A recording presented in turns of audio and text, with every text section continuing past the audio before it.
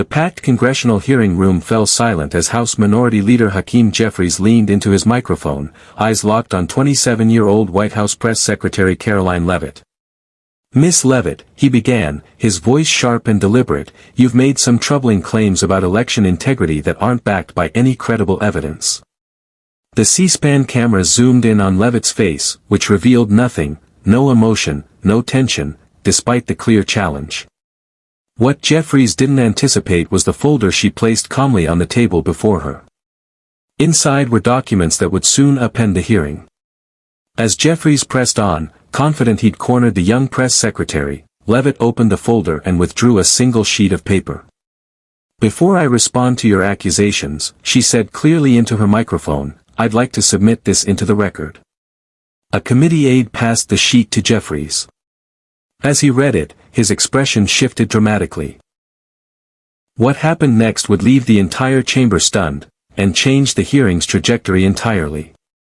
But before we dive into this political showdown, be sure to subscribe to our channel and comment below with your thoughts on government accountability. This confrontation had been brewing for weeks. At 54, Jeffries had climbed the Democratic ranks to become House Minority Leader. Known for his surgical questioning style and calm control over the narrative, he embodied the seasoned political strategist, always impeccably dressed, always ready to strike. Democrats saw him as their most effective weapon against the administration. Levitt, meanwhile, was a different kind of political figure, representing a new generation of Republican leadership. At just 27, she was the youngest White House press secretary in U.S. history. Critics dismissed her as inexperienced, but her defenders praised her clarity, discipline, and unshakable loyalty to the administration's message. The House Oversight Committee hearing had been convened to examine alleged misinformation from the White House press office. Democrats hoped to expose Levitt as ill-prepared under pressure. Republicans viewed the session as another partisan ambush. Chairman James Reynolds began with standard procedural remarks. "Today, we're reviewing the communication practices of the White House press office concerning key policy announcements." The room was overflowing. Reporters from every major news outlet packed the back, cameras trained on the witness table. Both parties came armed with detailed talking points, aides positioned just behind their members holding folders and devices for quick reference. Jeffries had been placed front and center for Democratic questioning. His team had compiled what they believed were damning contradictions from Levitt's recent statements, especially concerning election security and economic indicators. Levitt had arrived early, reviewing notes with her staff before taking her seat. Unlike many high-profile witnesses, she had chosen to appear without legal counsel, a move that raised eyebrows among Beltway insiders. "The American people deserve transparency," Jeffries began. "And recent statements from the press office have created confusion on critical issues. Miss Leavitt, I intend to clarify those contradictions today." Leavitt nodded. "I welcome the opportunity, Congressman." The early exchange felt routine. But seasoned observers could sense it, tension hung in the air. This wasn't just about statements. It was a battle for credibility, between two very different visions of American leadership. What Jeffries didn't know was that Levitt had anticipated this exact confrontation, and had spent weeks preparing to meet it head-on. He started with video clips on screens around the room, each showing Levitt at the White House podium discussing election security. "Miss Leavitt, on March 12 you stated there was significant evidence of irregularities in several state electoral systems," Jeffries said, removing his glasses for effect. But a DHS report released 2 days earlier said no such evidence existed. "How do you explain this contradiction?" Levitt listened carefully, face unchanged. Democrats exchanged glances. They believed they were watching her unravel. "Congressman," Levitt replied steadily, "the statement you referenced concerned unofficial ballot collection procedures, not the electronic voting systems reviewed in the DHS report." Jeffries didn't allow her to elaborate. "Let's move to April 3. Another video played. Here you claimed unemployment hit historic lows. Yet BLS data contradicts that. Can you explain?" Tension grew as Jeffries methodically listed 3 more examples of supposed contradictions, cutting off Levitt each time she began to clarify. His tactic was clear.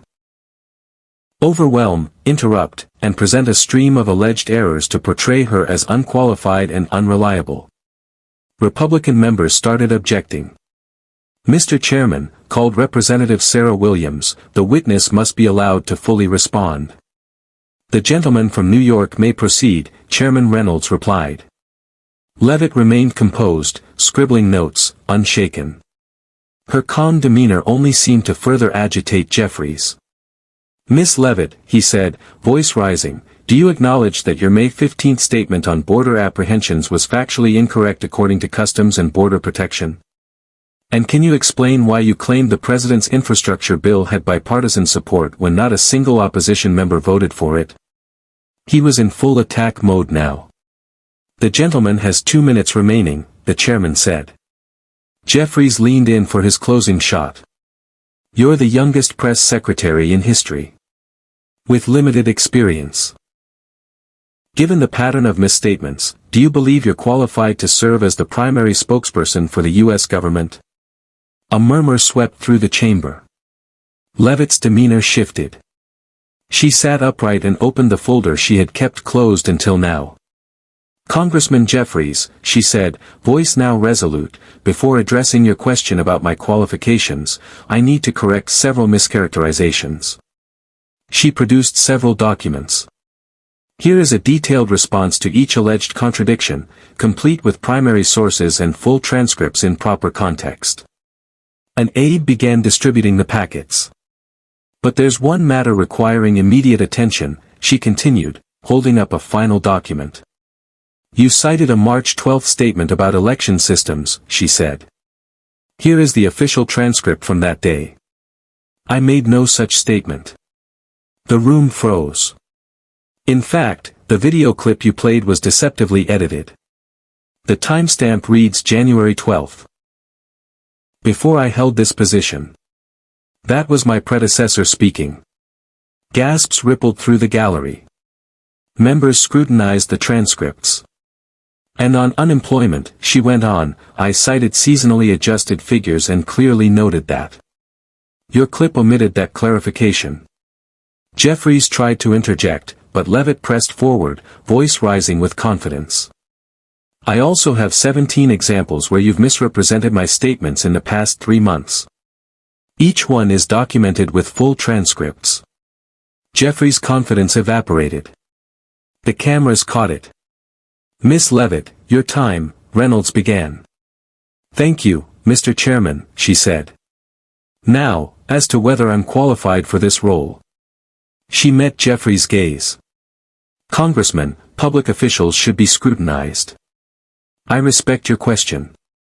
But qualifications should be measured by accuracy, integrity, and results, not age or titles." She held up another document. "This independent analysis from the Poynter Institute shows my accuracy rate at 96.4%, the highest of any press secretary in the last 20 years. More documents passed to the committee. Levitt then dismantled each accusation, offering full video clips, official statistics, and revised data. The March 12 clip. Her predecessor. The unemployment data. She used the revised BLS report, noting it clearly. Every point Jeffries had made crumbled under scrutiny. Democratic members began shifting in their seats. Republican members leaned forward, clearly energized. And Levitt wasn't done. "You also questioned my qualifications based on age and appearance," she said. "This compilation shows 14 public statements where you've done just that. You've never used that language with my male predecessors, many of whom were the same age I am now." The chamber screens displayed Jeffries' past quotes, "girl press secretary, barely out of college, and worse." "I'm not here to claim victimhood," she said. "But qualifications must be judged by performance, not demographics. And by any objective metric, I've performed." Jeffries tried to regain footing. "Miss Leavitt, do you deny making any of the statements shown in our video clips?" "I've already addressed each one," she said calmly. "The question is not whether the statements occurred, but whether your characterizations were honest. The evidence shows they were not." Republicans burst into applause. The chairman banged his gavel. "Order." But it was too late. The damage to Jeffries' position, and the boost to Levitt's reputation, was done. Within minutes, the exchange went viral. #Levitt responds and #receipts ready trended across platforms. Cable news picked up the footage instantly. CNN ran the cheerin', Levitt turns tables in congressional showdown. Fox News declared, Karoline Leavitt redefines next-gen leadership. As the hearing wrapped, reporters flooded Levitt. "I came to provide facts," she said. "I believe the record speaks for itself." Jeffries left quietly through a side door. Later, his office issued a tepid statement, "Legitimate questions were raised today." But the narrative had already crystallized. Karoline Leavitt had walked into the hearing a political target, and walked out with a defining moment.